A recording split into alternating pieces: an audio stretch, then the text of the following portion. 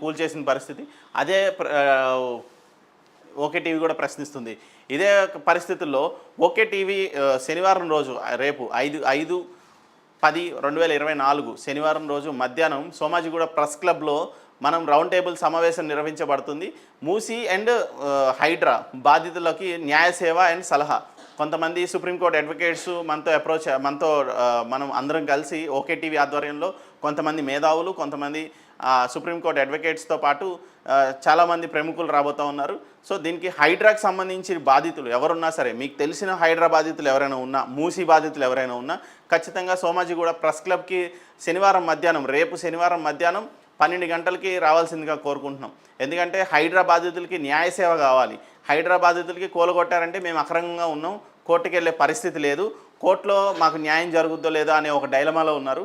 కానీ ఒక ప్రభుత్వ భూమి అవ్వచ్చు, ప్రైవేట్ భూమి అవ్వచ్చు, ఒక భూమిలో ఒక స్థలంలో ఇల్లు కట్టుకొని లేదంటే అక్కడ ఏదైనా చిన్న గూడు ఏర్పాటు చేసుకున్న తర్వాత, అక్కడ ట్యాక్స్ కడుతున్న తర్వాత, అక్కడ రిజిస్ట్రేషన్స్ అయిన తర్వాత కంప్లీట్గా ఆ ల్యాండ్ నుంచి ఖాళీ చేయించాలి. అంటే ఆ ల్యాండ్ని ఖాళీ చేయించాలంటే కంపన్సేట్ చేయాల్సిందే. అక్కడ కాంపన్సేషన్ ఇచ్చిన తర్వాతే అక్కడ ఆ వ్యక్తిని పక్కకు జరపాలి.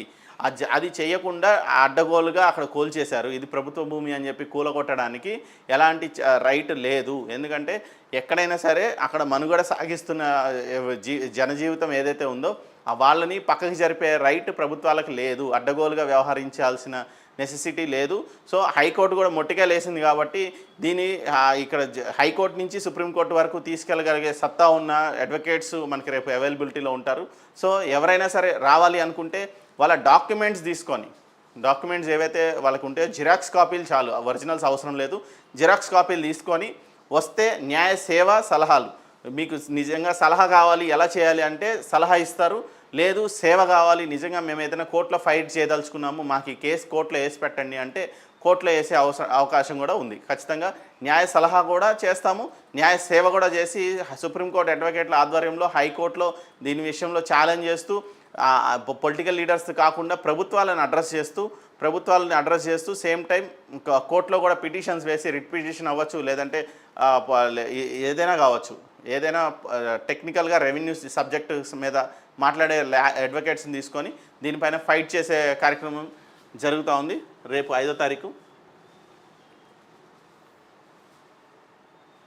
సీనియర్ జర్నలిస్ట్ చిల్కా ప్రవీణ్పై దాడి, సురేఖపై టాలీవుడ్ ఆగ్రహం, మంత్రిపై నాగార్జున పరువు నష్టం దావా, నాంపల్లి ప్రజాప్రతినిధుల కోర్టులో ఫిర్యాదు, సెక్షన్ 356 కింద చర్యలు తీసుకోవాలని వినతి, పలుచోట్ల కొండా సురేఖ దిష్టిబొమ్మ దహనం, నీచ స్థాయికి దిగజారడం సిగ్గుచేటు, చిరంజీవి, నిరాధారమైన ఆరోపణలు చేయొద్దు రాజమౌళి, ఖండించిన మహేష్ బాబు, ఎన్టీఆర్, వెంకటేష్ తదితరులు, సురేఖపై బీఆర్ఎస్ కార్పొరేటర్ల పోలీస్ కంప్లైంట్, జాతీయ మహిళా కమిషన్కు తులా ఉమా ఫిర్యాదు, అయినా మంత్రి మారలేదు, మరోసారి మంత్రి సురేఖ అనుచిత వ్యాఖ్యలు, తప్పైందంటూ ఉదయం మాటలు వెనక్కి,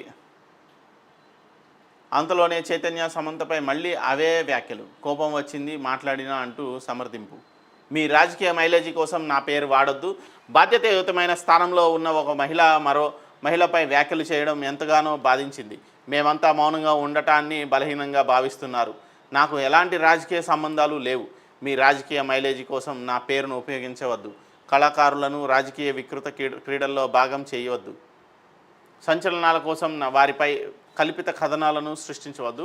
సో రకుల్ ప్రీత్ సింగ్ ఇన్ని రోజుల తర్వాత ఆవిడ స్పందించడం జరిగింది.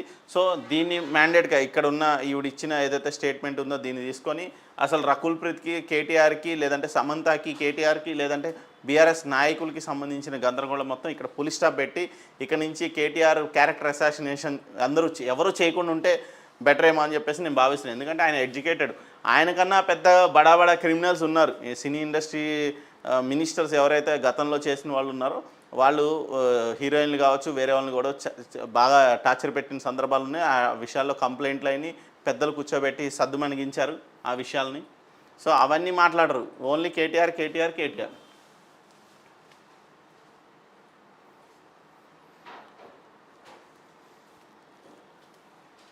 సో ఇది ఈ న్యూస్ పేపర్లకు సంబంధించిన సబ్జెక్ట్ అయితే ప్రస్తుతానికైతే మొత్తం రాష్ట్రానికి సంబంధించి ఒక గందరగోళ వాతావరణం ఏర్పడింది.